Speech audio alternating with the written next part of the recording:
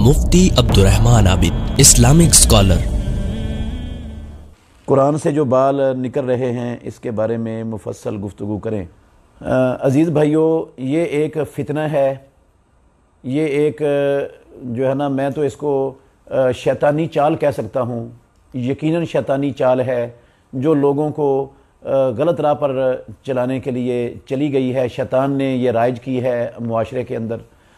اس بات میں کوئی شک نہیں ہے کہ رسول مکرم صلی اللہ علیہ وسلم کے بال، آپ کے جسم سے لگی ہوئی کوئی چیز یا علیحدہ ہونے والی کوئی چیز، اس سے اسلام میں تبرک حاصل کیا جا سکتا ہے، اور صحابہ ایسی چیزوں سے تبرک حاصل کرتے تھے، لیکن شرط یہ ہے کہ وہ رسول اللہ صلی اللہ علیہ وسلم کے جسم کو اس چیز نے چھوا ہو یا پیارے پیغمبر کے جسم سے الگ ہوئے ہوں بال وغیرہ، تو ان سے تبرک حاصل کرنا جائز ہے۔ لیکن یہ والے جو بال نکل رہے ہیں، یہ تو انسان جب قرآن مجید کی تلاوت کرتے ہیں تو وہ آنکھوں سے بسا اوقات گرتے رہتے ہیں، بال انسان کے وہ گرے ہوئے ہوتے ہیں تلاوت کرتے کرتے، تو وہ پتہ نہیں چلتا انسان کو، وہ تو ہر قرآن سے ہی آپ کو نکل آئیں گے، ایک نہیں کئی نکلیں گے۔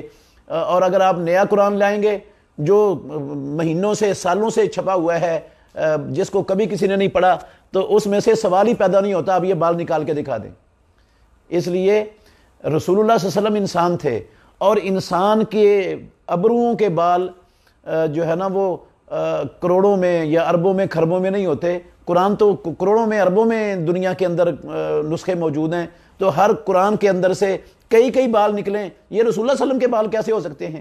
پھر یہ کس نے کہا ہے یہ رسول اللہ کے بال ہیں؟ نہ قرآن مجید میں اللہ نے کہا ہے، نہ محمد الرسول اللہ صلی اللہ علیہ وسلم نے کہا ہے، اور کسی بندے کا خواب وہ ایک پائے کی حیثیت نہیں رکھتا ہے ایسی چیزوں کو ثابت کرنے میں کہ یہ بات رسول اللہ صلی اللہ علیہ وسلم کے بال ہیں۔ یہ تو اصل میں جو ہے نا یہ ایک شیطانی سوچ ہے جو لوگوں کو دین کی راہ سے، دین کی تعلیمات سے ہٹانے کے لیے بس آسان طریقوں سے تبرک حاصل کرنے اور آسان طریقوں سے اپنے آپ کو جو نا برکتوں کا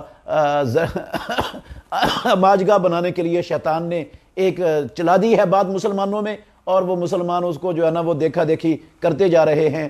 اس کا کتاب اللہ سے، رسول اللہ صلی اللہ علیہ وسلم کی سنت سے کوئی تعلق نہیں ہے سرے سے، نہ اسلام کا یہ مسئلہ ہے، یہ جاہلوں کا اور شیطان کا پھیلایا ہوا ایک چکر ہے جس سے وہ ان کو صراط مستقیم سے ہٹانا چاہتا ہے، دین سے دور کرنا چاہتا ہے۔ اور شیطان جس طرح کے انسان ہوتے ہیں اسی طرح کے روپ میں آ کر، اسی طرح کے انداز سے ان کو صراط مستقیم سے ہٹانا چاہتا ہے، اور کرتا ہے وہ ایسے کام۔ کوئی یہ کہہ سکتا ہے نا کہ اس کو رسول اللہ صلی اللہ علیہ وسلم کی طرف بلانے کی کیا ضرورت ہے؟ شیطان کو بھی ضرورت ہے، وہ ایسے کام کرواتا ہے کہ رسول اللہ صلی اللہ علیہ وسلم کے نام سے جو دین پر دھبا بن جائیں، جو دین کے لیے آر بن جائیں، جس سے اصل دین پیچھے چلا جائے۔ شیطان ایسا کام کرواتا ہے، قرآن کی طرف بھی بلائے گا۔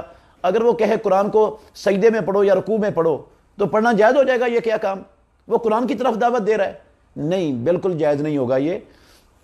اس کو شیطانی سوچ اور شیطانی خیال کہیں گے، کیونکہ اسلام کے اندر تو یہ گنجائش ہی نہیں ہے رکوع میں اور سجدے میں قرآن کی تلاوت کرنے کی، اور نہ تشہد میں قرآن کی تلاوت کرنے کی گنجائش ہے، اتحیات کی جگہ پر اور درود شریف کی جگہ پر۔